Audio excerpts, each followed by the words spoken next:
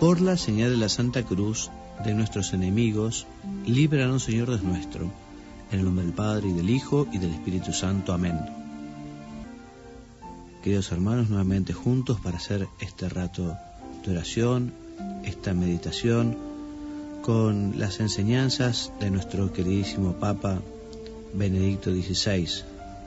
Hoy nos detendremos en la audiencia del día miércoles 20 de febrero del 2008, que el Papa, por cuarta vez consecutiva, nos habla de la vida de San Agustín. Y hoy, en esta cuarta ocasión, nos hablará concretamente sobre las obras de San Agustín. Y a los peregrinos que le escuchaban, el Papa se dirigía en estos términos y les decía: queridos hermanos y hermanas, tras la pausa de los ejercicios espirituales de la semana pasada, hoy volvemos a presentar la gran figura de San Agustín, sobre el que ya hemos hablado varias veces en la catequesis del miércoles. Es el padre de la Iglesia que ha dejado el mayor número de obras, y de ellas quiero hablar hoy brevemente. Algunos de los escritos de San Agustín son de fundamental importancia, no solo para la historia del cristianismo, sino también para la formación de toda la cultura occidental. El ejemplo más claro son las Confesiones, sin duda uno de los libros de la antigüedad cristiana más leídos todavía hoy. Al igual que varios padres de la Iglesia de los primeros siglos, aunque en una medida incomparablemente más amplia, también el obispo de Hipona ejerció una influencia amplia y persistente, como lo demuestra la sobreabundante tradición manuscrita de sus obras, que son realmente numerosas. Él mismo las revisó algunos años antes de morir en las Retractaciones, y poco después de su muerte fueron cuidadosamente registradas en el Indiculos, en el índice, añadido por su fiel amigo Posidio a la biografía de San Agustín, Vita Agustini. La lista de las obras de San Agustín fue realizada con el objetivo explícito de salvaguardar su memoria mientras la invasión de los vándalos se extendía por toda el África romana y contabiliza 1030 escritos numerados por su autor, junto con otros que no pueden numerarse porque no les puso ningún número. Posidio, obispo de una ciudad cercana, dictaba estas palabras precisamente en Hipona, donde se había refugiado y donde había asistido a la muerte de su amigo, y casi seguramente se basaba en el catálogo de la biblioteca personal de Agustín.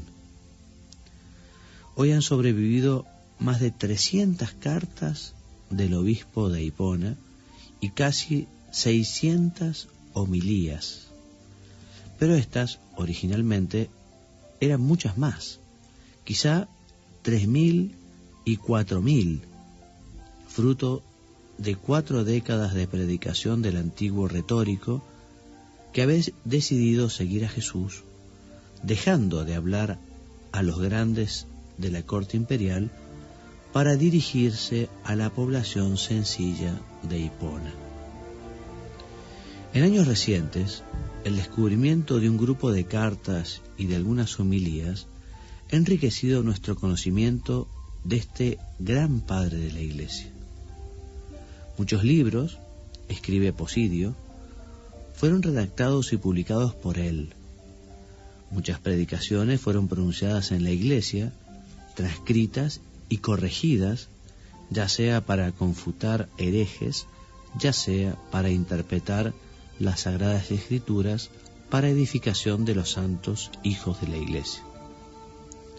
Estas obras, subraya el obispo amigo, son tan numerosas que a duras penas un estudioso tiene la posibilidad de leerlas y aprender a conocerlas. Entre la producción literaria de San Agustín, por tanto, más de 1000 publicaciones subdivididas en escritos filosóficos, apologéticos, doctrinales, morales, monásticos, exegéticos y contra los herejes, además de las cartas y homilías, destacan algunas obras excepcionales de gran importancia teológica y filosófica. Ante todo, hay que recordar las confesiones, antes mencionadas, escritas en 13 libros entre los años 397 y 400 para alabanza de Dios. Son una especie de autobiografía en forma de diálogo con Dios. Este género literario refleja precisamente la vida de San Agustín, que no estaba cerrada en sí misma, dispersa en muchas cosas, sino vivida esencialmente como un diálogo con Dios, y de ese modo una vida con los demás. El título Confesiones indica ya lo específico de esta autobiografía. En el latín cristiano, desarrollado por la tradición de los salmos, la palabra confesiones tiene dos significados que se entrecruzan. Confesiones indica en primer lugar la confesión de las propias debilidades, de la miseria de los pecados, pero al mismo tiempo confesiones significa alabanza a Dios, reconocimiento de Dios. Ver la propia miseria a la luz de Dios se convierte en alabanza a Dios y en acción de gracias, porque Dios nos ama y nos acepta, nos transforma y nos eleva hacia sí mismo. Sobre estas confesiones, que tuvieron gran éxito ya en la vida de San Agustín, escribió él mismo: han ejercido sobre mí un gran influjo mientras las escribía, y lo siguen ejerciendo todavía cuando las vuelvo a leer. Hay muchos hermanos a quienes gustan estas obras, y tengo que reconocer que yo también soy uno de esos hermanos, entre comillas, ¿no? Gracias a las confesiones podemos seguir paso a paso el camino interior de este hombre extraordinario y apasionado por Dios. Menos difundidas, aunque igualmente originales y muy importantes, son también las retractaciones, redactadas en 2 libros en torno al año 427, en las que San Agustín, ya anciano, realiza una labor de revisión, o sea, retractatio, de toda su obra ya escrita, dejando así un documento literario singular y sumamente precioso, pero también una enseñanza de sinceridad y de humildad intelectual. De Civitate Dei, obra imponente y decisiva para el desarrollo del pensamiento político occidental y para la teología cristiana de la historia, fue escrita entre los años 413 y 426 en 22 libros. La ocasión fue el saqueo de Roma por parte de los godos en el año 410. Muchos paganos de entonces, y también muchos cristianos, habían dicho: Roma ha caído, ahora el Dios cristiano y los apóstoles ya no pueden proteger la ciudad. Durante la presencia de las divinidades paganas, Roma era caput mundi, la gran capital, y nadie podía imaginar que caería en manos de los enemigos. Ahora, con el Dios cristiano, esta gran ciudad ya no parece segura. Por tanto, el Dios de los cristianos no protegía, no podía ser el Dios a quien convenía encomendarse. A esta objeción, que también tocaba profundamente el corazón de los cristianos, responde San Agustín con esta grandiosa obra de Civitate Dei, aclarando qué es lo que debían esperarse de Dios y qué es lo que no podían esperar de Él.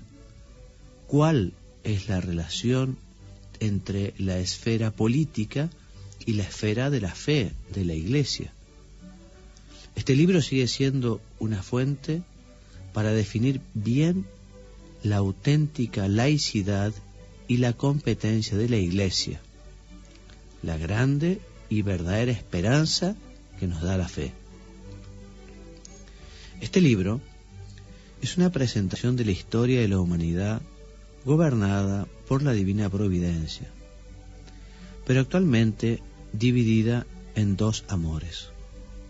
Y este es el designio fundamental, su interpretación de la historia, la lucha entre dos amores: el amor a sí mismo hasta el desprecio de Dios, y el amor de Dios hasta el desprecio de sí mismo, hasta la plena libertad de sí mismo para los demás a la luz de Dios. Este, tal vez, es el mayor libro de San Agustín, de una importancia permanente.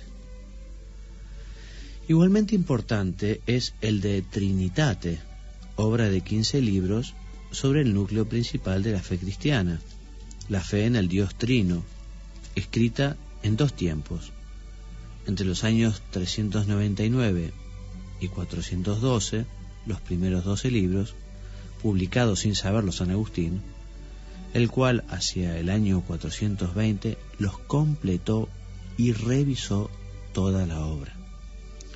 En ella reflexiona sobre el rostro de Dios y trata de comprender este misterio de Dios que es único, el único creador del mundo, de todos nosotros. Precisamente este Dios único es trinitario, un círculo de amor. Trata de comprender el misterio insondable, precisamente su ser trinitario, en tres personas, es la unidad más real y profunda del único Dios. El libro de Doctrina Cristiana es, en cambio, una auténtica introducción cultural a la interpretación de la Biblia y, en definitiva, al cristiano mismo, y tuvo una importancia decisiva en la formación de la cultura occidental. Con gran humildad, San Agustín fue ciertamente consciente de su propia talla intelectual, pero para él era más importante llevar el mensaje cristiano a los sencillos que redactar grandes obras de elevado nivel teológico. Esta intención profunda que le guió durante toda su vida se manifiesta en una carta escrita a su colega Evodio, en la que le comunica la decisión de dejar de dictar por el momento los libros de Trinitate, pues son demasiado densos y creo que son pocos los que lo pueden entender. Urgen más textos que esperamos sean útiles a muchos. Por tanto, para él era más útil comunicar la fe de manera comprensible para todos que escribir grandes obras teológicas.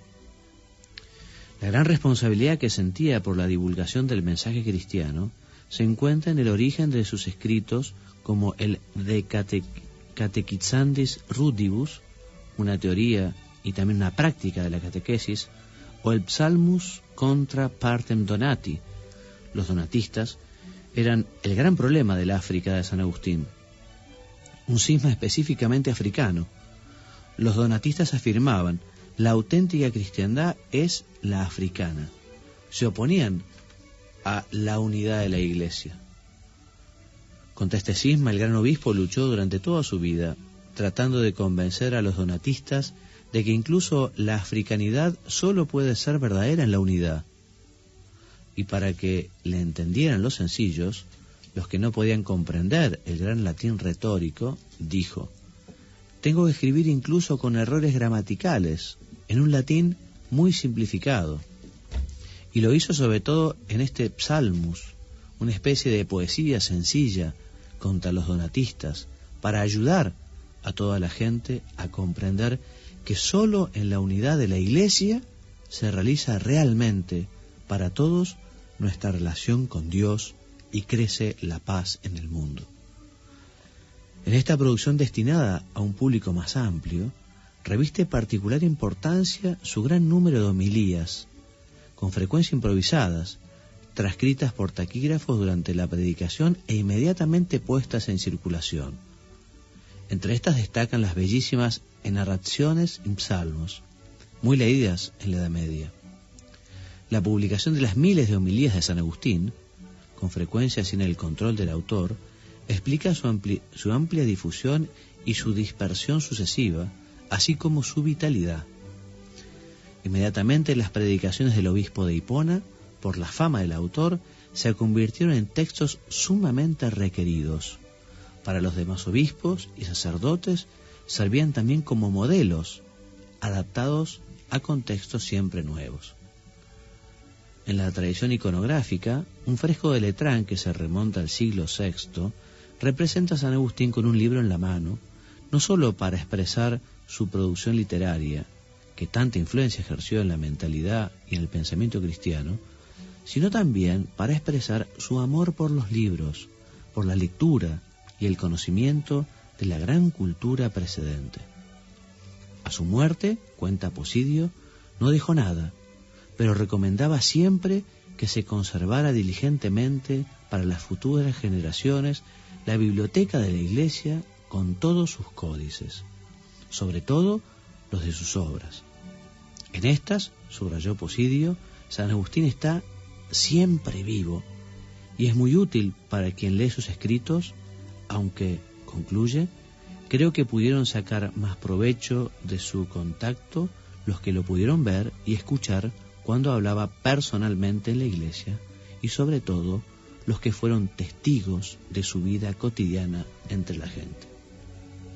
Sí, también nosotros nos hubiera gustado poder escucharlo en vivo, termina diciendo el Papa Benedicto, pero sigue realmente vivo en sus escritos, está presente en nosotros y de este modo vemos también la permanente vitalidad de la fe por la que dio toda su vida.